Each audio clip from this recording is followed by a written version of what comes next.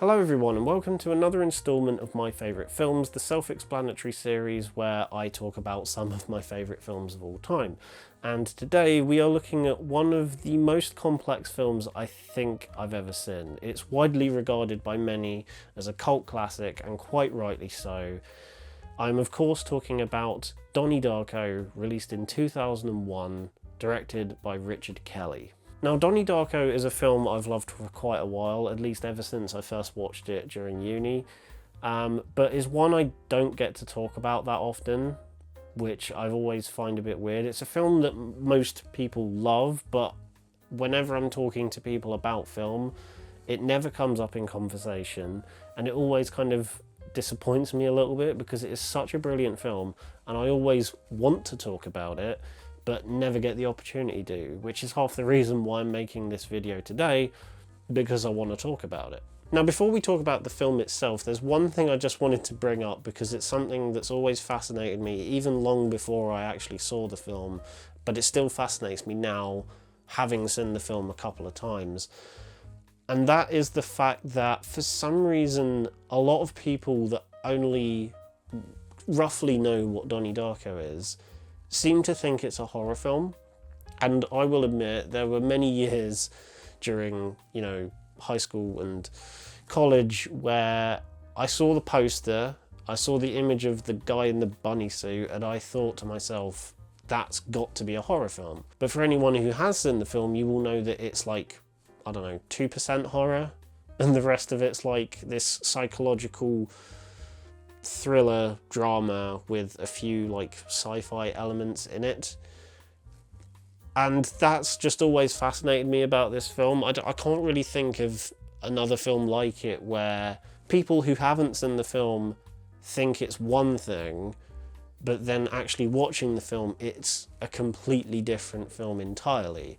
It's just something I wanted to mention, which perfectly leads on to actually talking about the film itself. And like I said in the intro, Donnie Darko is one of the most complex films I think I've ever seen.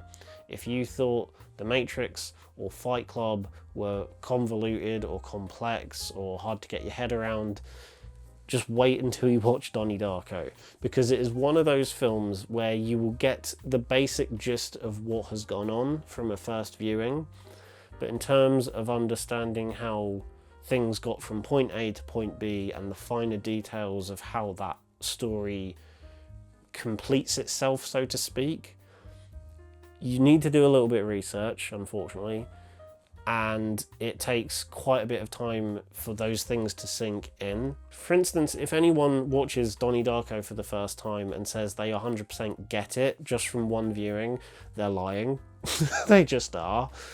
I watched it for the first time during university, and after that initial viewing I was a bit dumbfounded. Like I said, I got the general gist of what had gone on and how the story had somewhat resolved itself, but then you have to try and understand the whole aspect with the plane engine and how that's kind of resolved itself, and how it's resolved itself in the context of the story which you said you understood, whilst also understanding all these elements about time travel and parallel universes and timelines and stuff, and it gets very convoluted. It really does. I mean, I've seen the film a couple of times now, and even I still don't get everything. I get a good idea of how the movie works now, but with that being said, that's just my theory that I'm putting into the film to try and understand it, and it's the general theory that most people subscribe to when talking about this film. And as you can tell from me rambling on, that this is not an easy film to try and understand. To watch, it is quite an easy film in that regard, because there are a lot of elements within the film that you can at least still appreciate and connect to on a first viewing that you will like and latch onto. Then you can worry about all this complicated stuff that's going on in the background that will make you understand it even more. For instance, the entire cast is brilliant in this film. This is probably one of my favourite Jake Gyllenhaal performances, which is saying something considering almost every performance that guy gives is fantastic. Even the performance from his sister Maggie Gyllenhaal is fantastic, and the way that those two bounce off of each other in a few specific scenes is both hilarious but also quite endearing at the same time. You have a very young Jenna Malone who gives, again, a fantastic performance, especially considering how old she was at the time. But I think my favourite performance in the whole film is Patrick Swayze. He doesn't get much to do, but whenever he is on screen, he is absolutely brilliant, and I absolutely love the wellness tape that they have to watch during class where it's like really poorly made, and it's that whole scene is just really funny. And that's another thing you'll pick up on when watching Donnie Darko for the first time, is that it's a lot funnier than you would think it is. There are a lot of moments throughout the film which set themselves up as a serious moment but will be backed up by a bit of humour that kind of comes out of nowhere and really works. It never feels out of place. For example, one of my favourite moments in the entire film is when the teacher in the class is trying to get the students to define these scenarios as whether it comes under fear and whether it comes under love, and then Donnie just rails into her in the sense that some things you can't define as just fear or just love. Some things can't be defined, and it's so well done, it's so well written and executed and acted, and it's just so satisfying as well as being really bloody funny. And there are a lot of moments like that in the film as well, and it doesn't get enough credit for that, I think.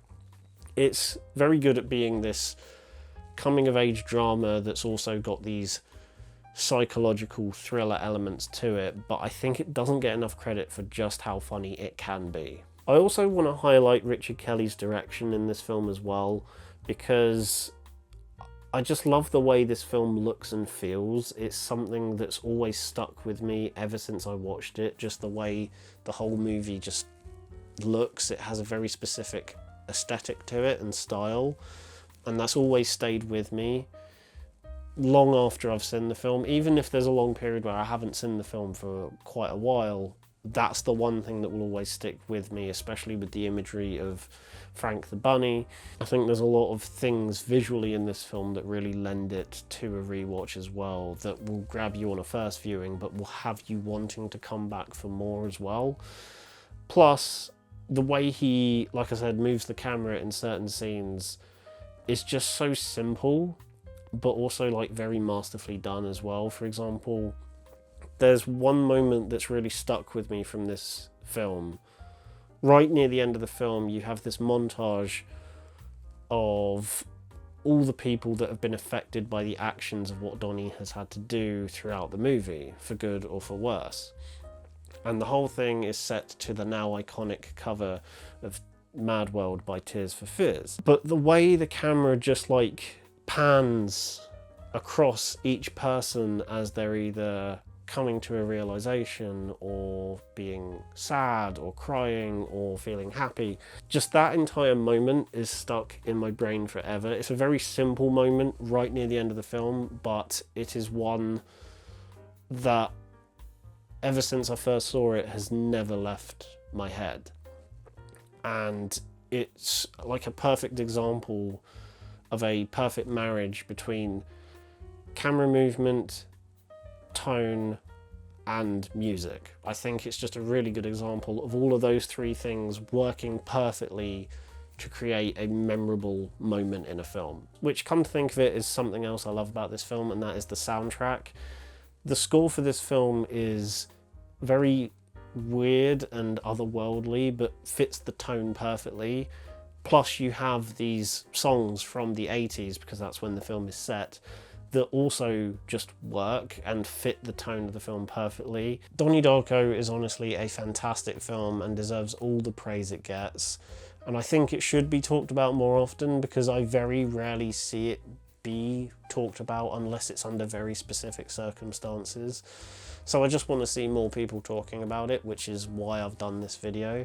So if you've seen Donnie Darko, please let me know what you think of it in the comments below. If you, for some reason, haven't seen Donnie Darko, please change that, because it is such a great film that is brilliantly well made in every sense. If you like the video, then give it a thumbs up, subscribe to the channel if you haven't done so already, and I will see you all in the next one.